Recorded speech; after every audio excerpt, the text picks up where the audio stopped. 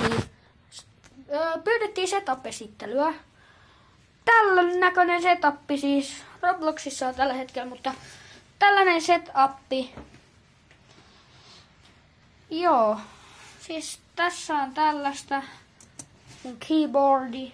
Ja sit mulla on täältä alla tämän tuuletin. Se ei oo päällä.